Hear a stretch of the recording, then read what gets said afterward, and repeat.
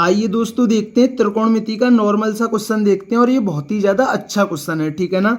तो देखते हैं क्वेश्चन है, यदि cos x बराबर 3/5 है तो sin x माइनस साइन की पावर 3x का मान ज्ञात करें, ठीक है ना।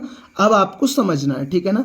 देखिए ये cos x दे रखा है तो हम जानते हैं लाल बट्टे कक्का, ठीक है ना।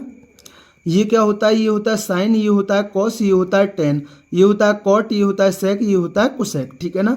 तो कॉस क्या होता है, आधार बटे कण, तो आधार बटे कण होता है, ठीक है ना। कॉस क्या होता है, आधार बटे कण होता है, ठीक है ना।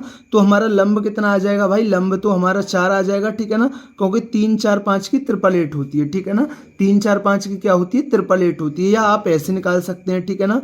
जो कर्ण का वर्ग है वो किसके बराबर होता है, वो आधार का वर्ग प्लस लंब का वर्ग, इनके योग के बराबर होता है। तो कर्ण कितना है, 5 5 का वर्ग 25, आधार कितना है 3 3 का वर्ग 9,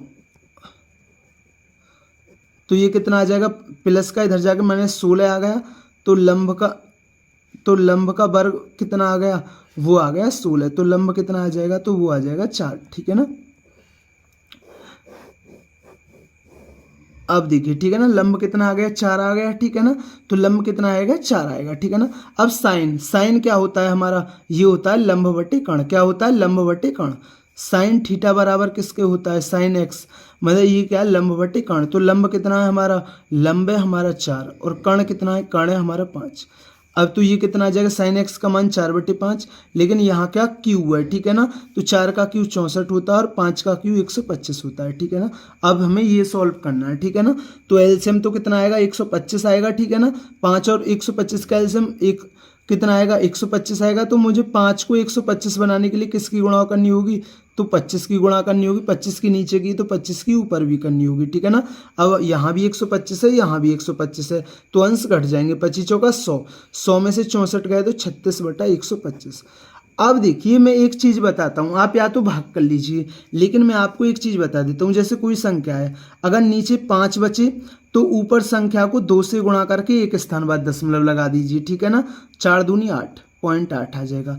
अगर जैसे होता नीचे 25 होता तो ऊपर संख्या को 4 से गुणा करके 21 चौक 84, 2 स्थान बाद पॉइंट लगा दीजिए, ठीक है ना। अगर नीचे 125 है तो कोई संख्या है, जैसे 101 है, तो अगर इसको 125 से भाग दे रहे हैं तो ऊपर 8 से गुणा करके 3 स्थान बाद पॉइंट लगा देना है, ठीक है ना। अब ये ओनली 5 25 125 625 इनके लिए लागू है, ठीक है ना, और किसी के लिए लागू नहीं है, कहीं आप और किसी के लिए समझो, बस ओनली 5 25 125 इसी के लिए लागू है। तो यहाँ 125 है तो ऊपर 8 की गुणा करके 3 स्थान बाद पॉइंट लगा दो, आप भाग से बच जाओगे, ठीक है ना, आप भाग से बच जाओगे। 8 6 48 का 8 हंसुल लगा, 4 8 3 24 और 4 28 और 3 स्थान बाद दशमलव लगा दीजिए। तो इस क्वेश्चन का आंसर क्या होगा, 0.288 इसका आंसर होगा। तो साइन एक्स माइनस साइन की पावर 3x का मान क्या होगा, 0.288 होगा। तो दोस्तों ये त्रिकोणमिति का नॉर्मल सा क्वेश्चन था, ये आपके अच्छी तरीके से क्लियर हुआ होगा। अगर दोस्तों चैनल पर नए हैं तो चैनल को जरूर सब्सक्राइब किया करें, वीडियो पसंद आई हो तो वीडियो को जरूर लाइक किया करें। थैंक यू दोस्तों।